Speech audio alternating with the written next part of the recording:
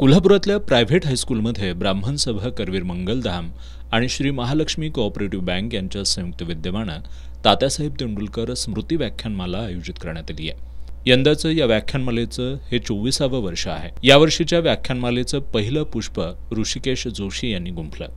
कलेची ऐतिहासिक पंढरी कोल्हापूर या विषयावर बोलताना जोशी यांनी प्रसिद्ध चित्रकार अबालाल रहमान, संगीतसूर्य केशवराव भोसले, कला महर्षी बाबुराव पेंटर, आनंदराव पेंटर, श्रीपतराव काकडे या कलाक्षेत्रातील दिग्गजांचा प्रवास उलगडत त्यांच्या अतुलनीय योगदानाची माहिती दिली।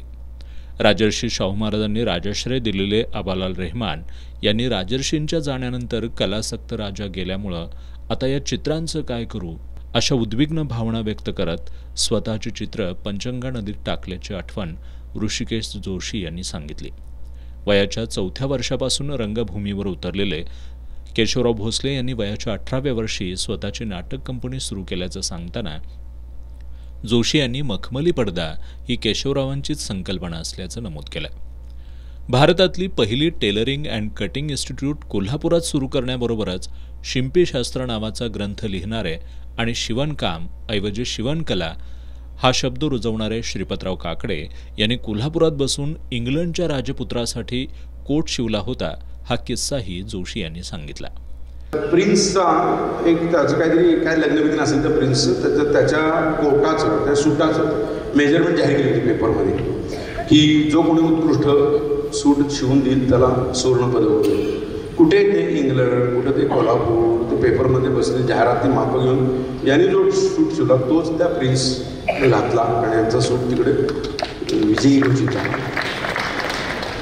काहीतरी कला महर्षी बाबुराव पेंटर, आनंदराव पेंटर यांच्याविषयी सांगताना जोशी यांनी कॅमेरा भाड्यानं मागितल्यानंतर तो मिळाला नाही म्हणून या बंधूंनी भारतातला पहिला स्वदेशी कॅमेरा कोल्हापुरात बनवून दाखवल्याचं सांगत चित्रपटातील स्टोरी बोर्ड, पब्लिसिटी तंत्र, सेन्सॉर बोर्ड या अशा संकल्पनांचा जन्म त्यांच्यामुळेच झाल्याचं नमूद केलं। त्यासाठी लॅबोरेटरी आता कॅमेराच बनवलेला आहे, मग ती प्रिंट कुठून आणायची, ती आणल्यानंतर ती कशी, ती किती वेळात फिरली पाहिजे, मग ती डेव्हलप कशी केली पाहिजे, त्याच्यासाठी वेगळा कारखाना त्यांनी काढला, लॅबोरेटरी बनवली।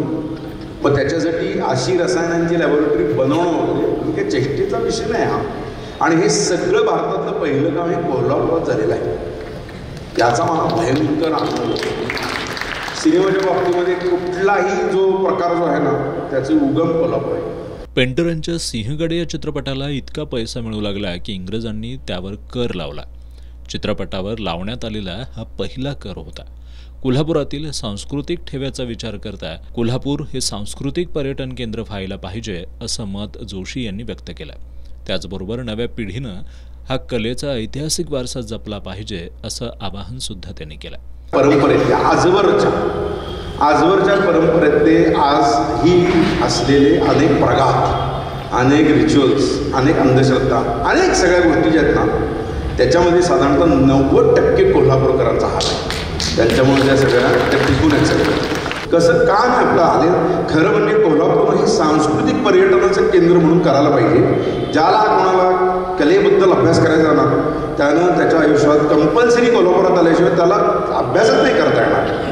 यावेळी जयंत तेंडुलकर, डॉक्टर दीपक आंबर्डेकर, ॲडव्होकेट विवेक शुक्ल, दीपक भागवत, ब्राह्मण सभा करवीर मंगलधामचे अध्यक्ष डॉक्टर उदय कुलकर्णी, श्री महालक्ष्मी कोऑपरेटिव्ह बँकेचे अध्यक्ष ॲडव्होकेट राजेंद्र किंकर, श्रीकांत लिमिये, प्रशांत कासार, केदार हसबनीस, सुहास तेंडुलकर, केदार तेंडुलकर, रामचंद्र टोपकर, सुधीर जोशी यांच्यासह रसिक श्रोते उपस्थित होते।